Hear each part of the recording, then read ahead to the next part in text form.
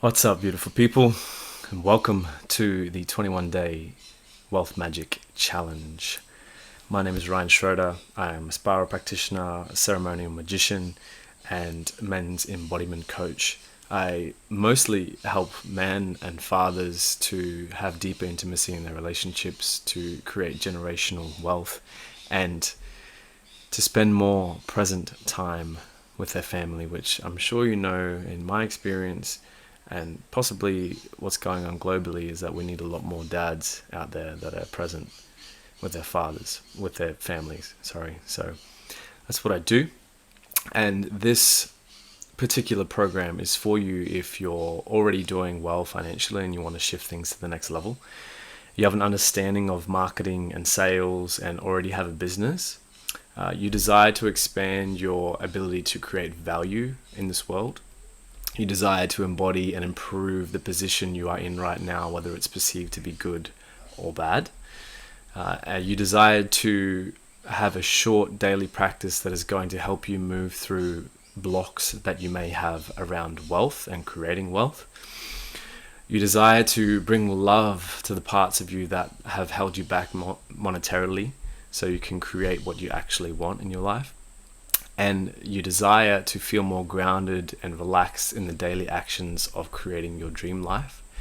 And you can make space for 20 minutes a day and you're ready to commit to 21 days of consistent practice to create substantial and sustainable results in your life and business. So if that's you, continue on.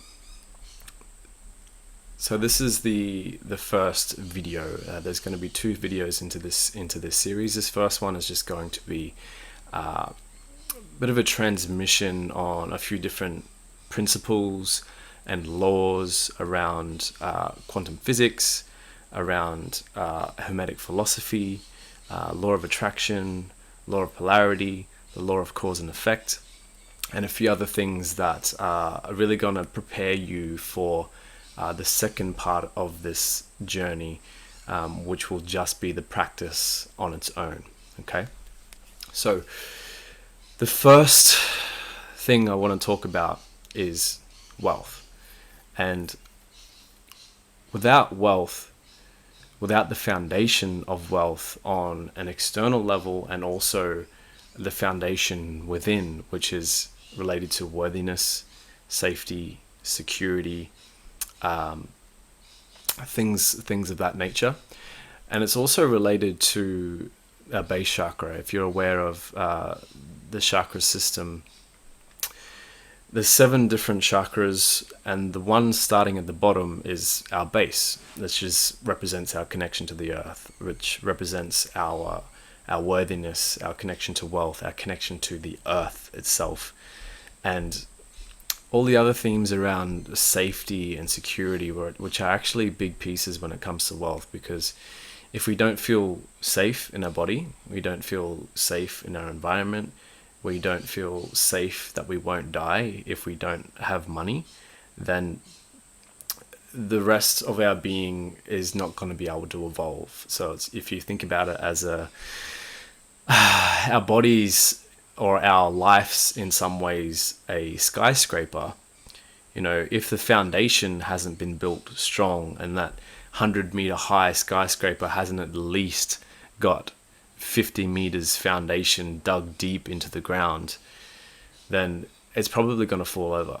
So I like to use that analogy because when we think about wealth, it's not just wealth that we're affecting. It's not just money focused. It's not just material focused, which it is a big piece around, bringing our spirit down into matter, bringing our soul's knowledge, what our soul knows is possible in this life, but actually creating this in this world, bringing that spirit into matter, the material world. It's also the foundation of the rest of our lives. And so if our foundation isn't strong, then how can the rest of our being flourish? How can our relationships flourish? How can our creativity flourish when we don't feel safe?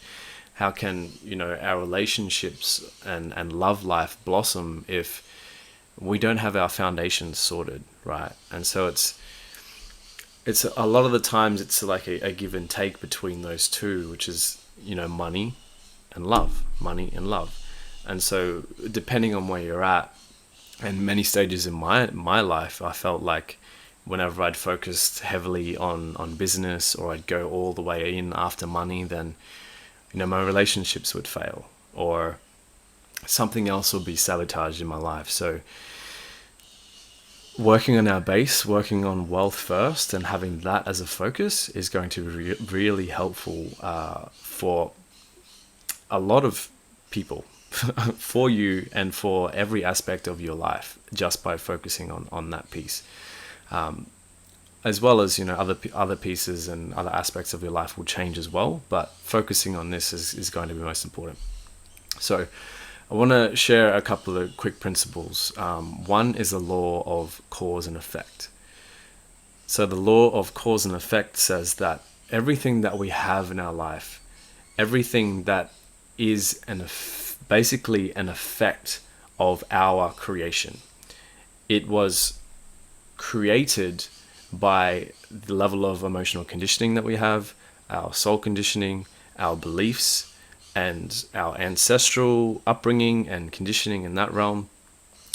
The law of cause and effect that says that we caused and are the creator of everything in our life, right?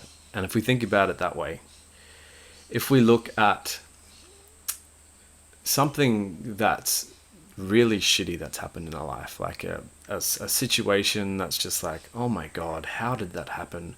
What is going on here? This is ridiculous. If you take full responsibility that you created that thing, in your life, you caused that very thing in your life, and take your power back, the self-responsibility back, imagine what is possible. Imagine what is possible when we take 100% responsibility for what's in our life now, right? So the next piece is the law of attraction, or the law of correspondence, which means that, again, it's just like a throw off of the law of cause and effect, but it's everything that we vibrate, the thoughts that we think, the emotions that we feel, and our overall wealth resonance, we'll call it wealth resonance, is directly proportionate to what we have in our life when it comes to wealth. So just to say that again, our wealth resonance, which is what we believe we are worthy of, and what we are energetically capable of holding, that's wealth resonance. So you can see on both sides of that, if you believe you're this level worthy, you'll have this level of success or abundance or level of life that you want to experience. But then where you can see the sabotage patterns may come in is the capacity for energy that you have to hold in your body, right? So that's what wealth resonance is.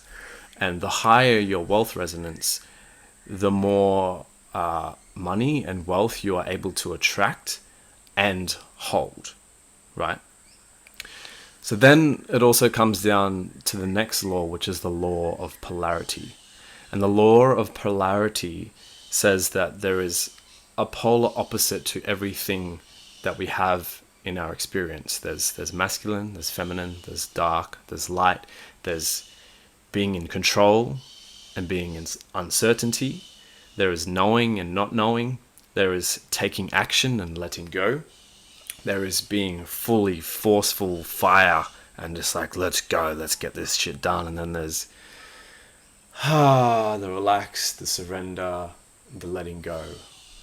And so all of those pieces have a big part in creation itself, in manifestation. So I wanted to share those two pieces to give a bit of a framework of what we're going to go into in the actual practice. So then another piece that I will share is a couple of tools that we'll be using in the actual practice itself. Okay.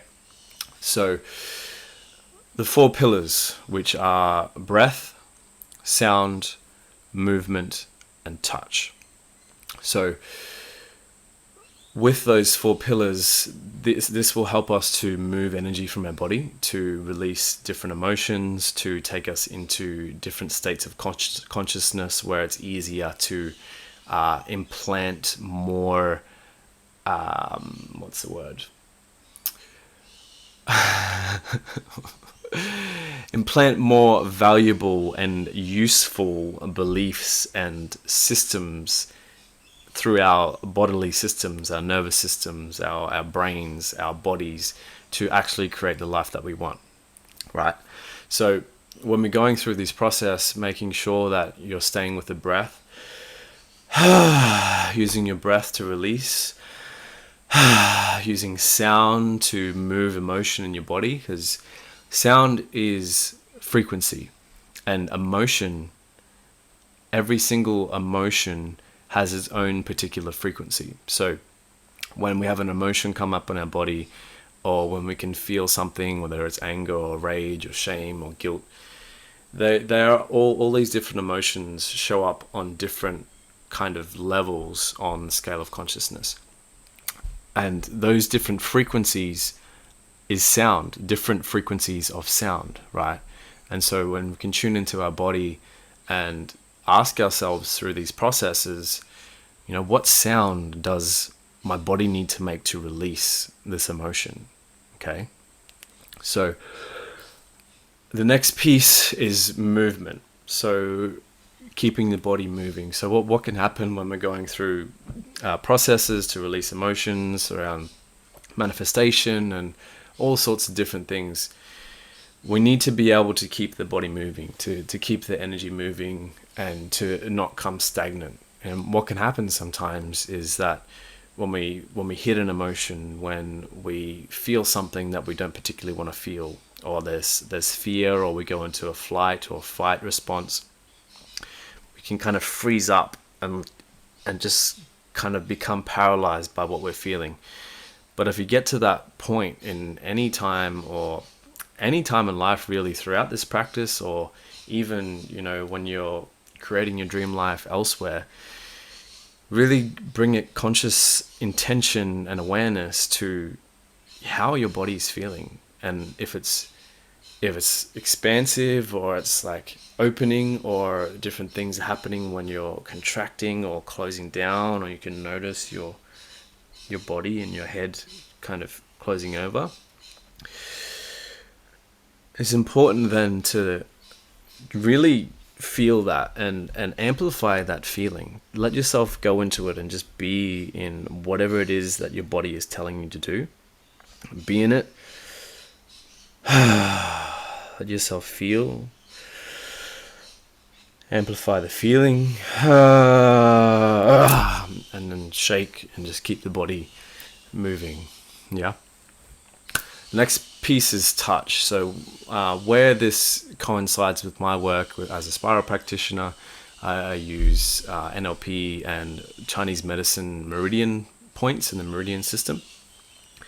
And so I won't be using a lot of this in this challenge, but what happens when you use the meridian points to release emotion? Let's say you have emotions that's stored in your kidney, which is kind of like paralyzed will, fear, anxiety, and then the lung points that you can hold grief, regret, resentment. On your finger and thumb webbing, which is large intestine, holds shame and guilt and dogma and kind of more dense emotions. But when we use the meridians to rub different points in our body, we kind of open the energy channel, or open the channel for those emotions to be released. So throughout these processes, if there's a point in your body that's kind of like, oh, like I can feel where there's tension or where there's resistance or where there's a stuck emotion. When you can bring awareness to that point and just kind of touch it and move, you're letting the body's energy channels open so you can release whatever's there, right? Also, the next piece is circular breathing. So the kind of breathing that we'll be using is circular breathing. So what that will look like is a consistent flow of breath in the same amount of time, and we're breathing in through the mouth, in through the belly, and out through the mouth. So it'll kind of look like this.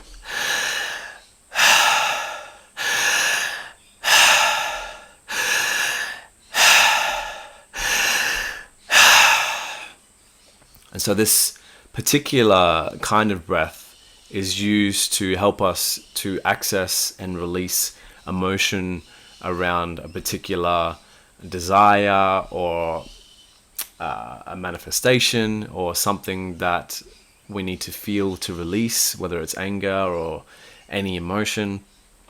What this process does is help us to amplify the feeling, to feel it fully and be able to let it go. So those are the key pieces that we're going to be using in this ritual. There will also be a 4-4 breath at the end as well, which is in through the nose and out through the mouth for a 4 count. So it's like this.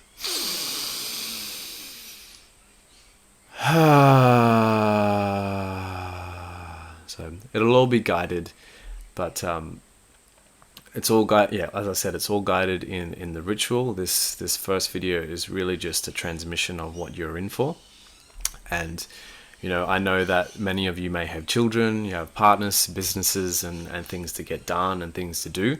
But this first video is about preparation, setting yourself up for what you need for the actual rituals, and creating some space for 20 minutes in your day. So right now, before you go on to the next practice, I want you to schedule in a time, 20 minutes a day, whether that's in the morning. In the morning is best, but I personally do different rituals spread out on different times of the day, depending on where I feel most energized and where I have the most time between my business, my family life, my little baby.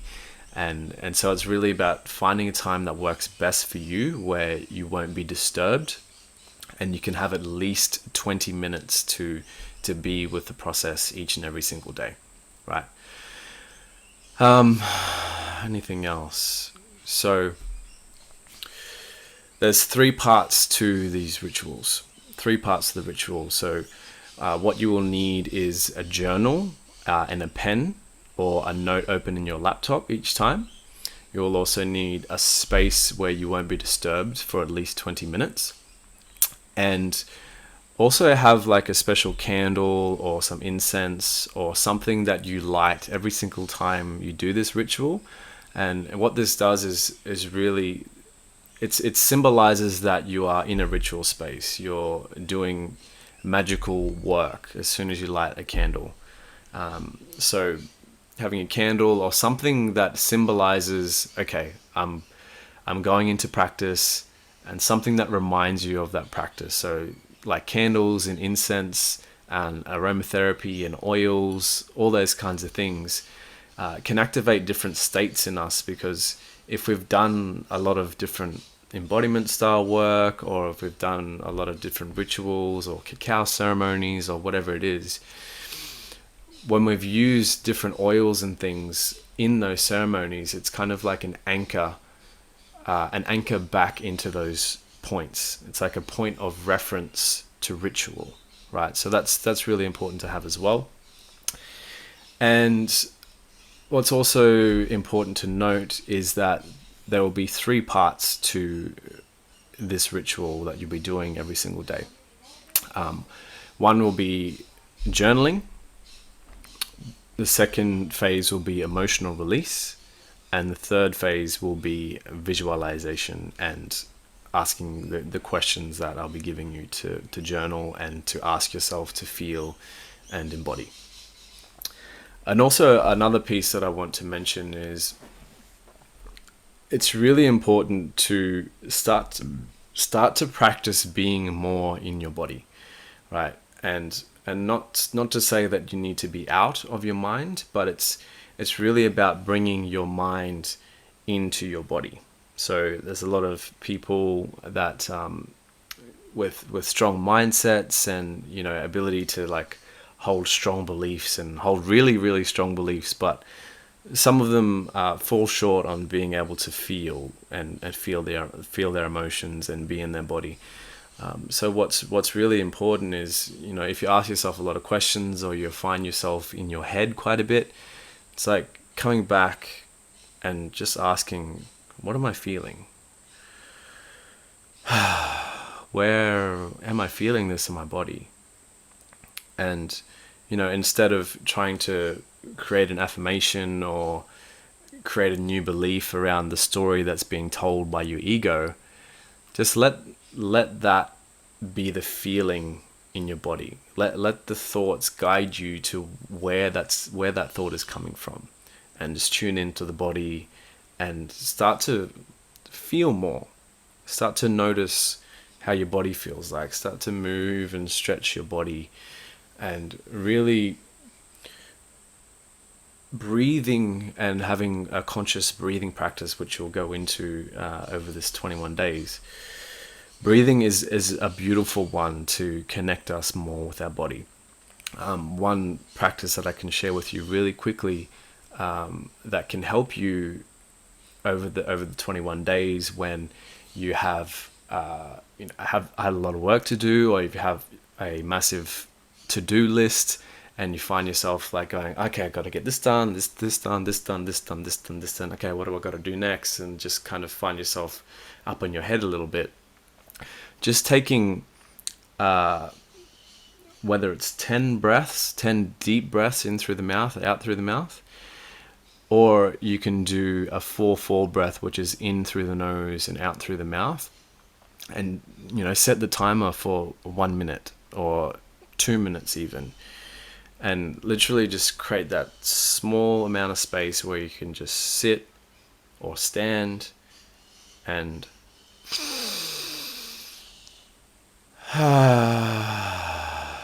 in, 2, 3, 4. You can practice with me now. Out, 2, 3, 4. In through the nose, 2, 3, 4. Out through the mouth, 3, 4. In through the nose, 3, 4. Out through the mouth, 3, 4.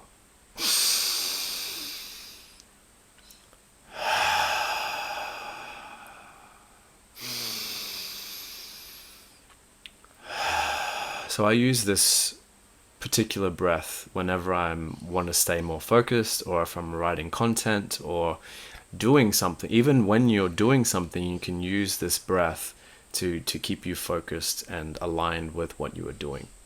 So I think that's it. So other pieces that you will need, no, that's it.